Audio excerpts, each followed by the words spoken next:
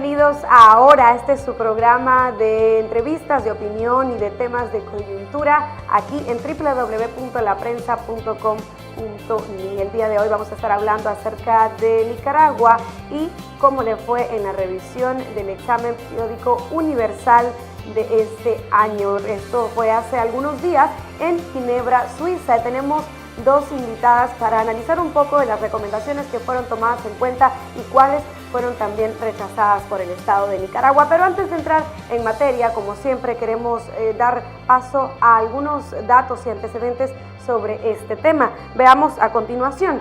El examen periódico universal es un mecanismo creado en 2006 que permite que el Consejo de Derechos Humanos de Naciones Unidas puedan revisar cada 4 años y 6 meses la situación de derechos humanos en todos los países miembros de la organización. La primera oportunidad en la que Nicaragua fue evaluada fue en 2010. En la primera ocasión, el Estado recibió 109 recomendaciones, alrededor de 20 estaban referidas a la libertad de expresión. En esta ocasión, Nicaragua ha recibido 209 recomendaciones para mejorar los derechos humanos de sus ciudadanos. 152 recomendaciones aceptó Nicaragua, 26 propuestas serán sometidas a consulta jurídica e institucional en el país, 31 sugerencias fueron rechazadas de plano. Entre los temas a los que se les cerró la puerta de discusión están: no a la discusión del aborto terapéutico, no a la revisión de las reformas a la Ley 779 que aprueba la mediación, no a la promoción de la pluralidad de los medios de comunicación y despenalizar la difamación, y no a la revisión del sistema electoral. Y estábamos viendo ya ahí los antecedentes y datos del tema que hemos preparado para este día. Nicaragua ante la revisión, el examen periódico universal que hace las Naciones Unidas. Tenemos aquí a nuestras invitadas. Quiero presentarles a Elizabeth Romero. Ella es periodista de aquí del diario La Prensa, con una amplia experiencia en cobertura de temas de derechos humanos. Sí, ella estuvo justamente en Ginebra durante este examen que se le realizó al Estado de Nicaragua. También hemos invitado a la doctora Vilma Núñez. Ella es la presidenta del Centro Nicaragüense de Derechos Humanos. Gracias por venir. Gracias, doña Elizabeth. Gracias, doña Vilma. Y bueno, yo quisiera precisamente empezar preguntándoles cómo salió Nicaragua. Si pensamos en el concepto de examen tal cual, ¿cuál sería la calificación? ¿Estamos reprobados? ¿Pasamos completos? ¿Salimos decente o salimos sobresalientes? Bueno, Cindy, aunque la palabra se llame examen periódico universal, no se trata de hacer una evaluación ni de absolución ni de condena. Como la misma normativa lo establece, se trata de un mecanismo cooperativo establecido por el Consejo de Derechos Humanos de Naciones Unidas para cooperar con los estados para que mejoren su situación de derechos humanos. Es más una revisión, doctor. Es más, definitivamente es una revisión, y consideramos que no pueden decir que salimos triunfantes o que salimos condenados. Considero que sí, con este tipo de exámenes, de mecanismos, se le presenta a Nicaragua una oportunidad importante para reformar su conducta, su tratamiento con respecto a los derechos humanos, no solo desde el punto de vista legislativo, sino en cuanto a políticas públicas y ante el comportamiento individual de las personas que se ven enfrentadas con las situaciones violatorias de derechos humanos. ¿Qué nos podrían decir, doña Elizabeth, que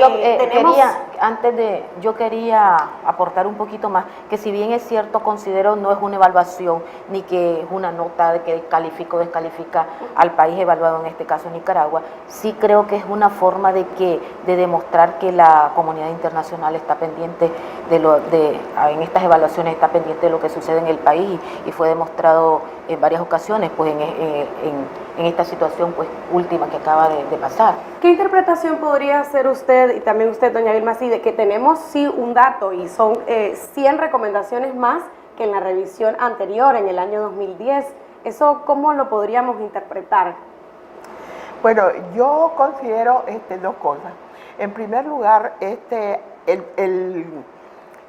el mecanismo del examen periódico universal ya está ganando credibilidad ante la opinión pública internacional. Ya los estados se están interesando más en hacer una buena participación, en demostrar precisamente que se conoce la realidad del país que está siendo examinado, y además en este año fueron prácticamente 33 países más los que hablaron con relación al examen de 2010, donde solo hablaron 47 porque no hubo tiempo, y 17 mandaron sus recomendaciones después. En este caso fueron 77 estados, ¿verdad?, los que intervinieron, y muchos de esos, en su primera parte de su discurso, hacían, por ejemplo, saludaban al Estado, el lenguaje diplomático que ya conocemos, reconocían lo que había que reconocer, pero planteaban hasta 7 y 6 recomendaciones para que las situaciones mejoren y cambien. Según tengo entendido, esto tiene que ver también que ya esta es la segunda vuelta, por así decirlo, de los 193 países evaluados, y entonces como que han ido afinando el mecanismo. En la primera ocasión era una primera experiencia, pues según nos explicaban, y en esta ocasión incluso sortean las cantidad de estados que van a hacer y cuánto le va a corresponder. Entonces, en esta ocasión les correspondía a cada estado 1.30 minutos más o menos aproximadamente, porque en la primera ocasión, según dicen, incluso había estados que como se sabían que iban a ser evaluados de alguna manera, llegaban a que sus afines, países afines, se inscribieran primero y que fueran los primeros en que salieran hablando, y entonces solo se trataba de una evaluación de nombre, pues, porque la verdad llegaban solo a hablar las bellezas, o sea, era como es correcto, y resaltar las partes buenas. Las partes buenas, y entonces se evitaban los cuestionamientos, las cuestiones negativas. Entonces esto permitió que ellos fueran afinando la situación, y ahora se inscriben, incluso pueden mandar sus preguntas antes. En esta ocasión ya a Nicaragua le habían mandado varios estados sus preguntas, ya más o menos el estado sabe lo que le van a preguntar y pues puede contestar de mejor manera. ¿Se percibió mucha crítica durante ese momento, esos momentos en que le tocó a Nicaragua escuchar lo que tenía que decir los países? Bueno, diplomáticamente les hicieron las preguntas, se maneja la diplomacia, pero sí dejaban entrever las inquietudes que existen en temas que aquí todos manejamos, como la violencia contra la mujer, el aborto, temas que son la ratificación o la adherencia al Tratado de Roma, que fueron los temas que más, pero mucho llamó la atención, les preocupó la libertad de expresión. Había muchas inquietudes sobre la pluralidad de los medios de comunicación en el país, que fueron los temas que para nosotros los que estuvimos allí, los periodistas que andábamos, que pues era nuestra primera experiencia también, vimos con mucho interés cómo la comunidad internacional sí está siguiendo desde sus países, está siguiendo lo que pasa en Nicaragua. Justamente eso quería decir, a mí me parece, como lectora, yo estuve viendo la cobertura que hizo doña Elizabeth, y lo que destacaban los países es precisamente lo que hemos venido leyendo en los medios de comunicación, hemos estado viendo en los medios de comunicación que denuncian. Para usted, doña Vilma, ¿cuáles serían esos puntos más preocupantes en cuanto a los señalamientos que se han hecho en la ONU y que tienen que ver con la realidad del país? Aquí podemos clasificar el tipo de recomendaciones que se dieron en 4. En primer lugar, tenemos un grupo de 144, algunos han contado 152, de recomendaciones hechas por los estados que el Estado acepta, que dice sí, las acepto porque ya están cumpliendo. En segundo lugar, acepta unas que dice sí porque ya estamos en proceso de cumplirla, y eso no es cierto. Te podemos más adelante señalar cuáles son esas que dicen que ya están en proceso de cumplimiento. En tercer lugar, hay otro grupo grueso de más de 30 recomendaciones que no se atrevieron a pronunciarse y dijeron, nos las vamos a llevar a Nicaragua, y en la próxima sesión del Consejo, que es en septiembre de 2014, vamos a responder. Allí nosotros también tenemos muchas preocupaciones de que por qué, por ejemplo, no comprometerse de inmediato a ratificar el convenio, el protocolo facultativo de la CEDAW, que habla, ¿verdad?, de los derechos de las mujeres. ¿Por qué, si hacemos tanta campaña, tanta propaganda, nos presentamos que según organismos de diversas naciones y organismos internacionales dicen que somos el país con mayor equidad de género, se niegan a una cosa tan formal, pero muy importante, como es ratificar de inmediato el protocolo de la CEDAW? Esto está en correspondencia con la cantidad de recomendaciones que hubo con respecto a los derechos de las mujeres, a sus derechos sexuales y reproductivos, a la discriminación y sobre todo a la violación a un derecho humano como es tener la libertad sexual, de decidir sobre el aborto, sobre todo el aborto terapéutico.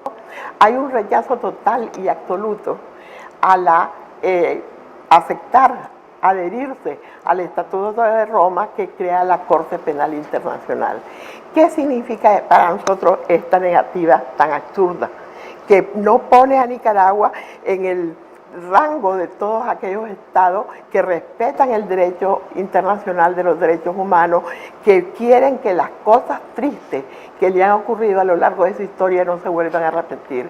Yo pienso que hasta cierto punto es un mea culpa que tienen por la impunidad en que han quedado en este país no solamente los crímenes de lesa humanidad cometidos por la dictadura, sino que también todos los crímenes que se cometieron, todos los hechos violatorios de derechos humanos que se cometieron durante la revolución. Doctora, pero hay como una contradicción.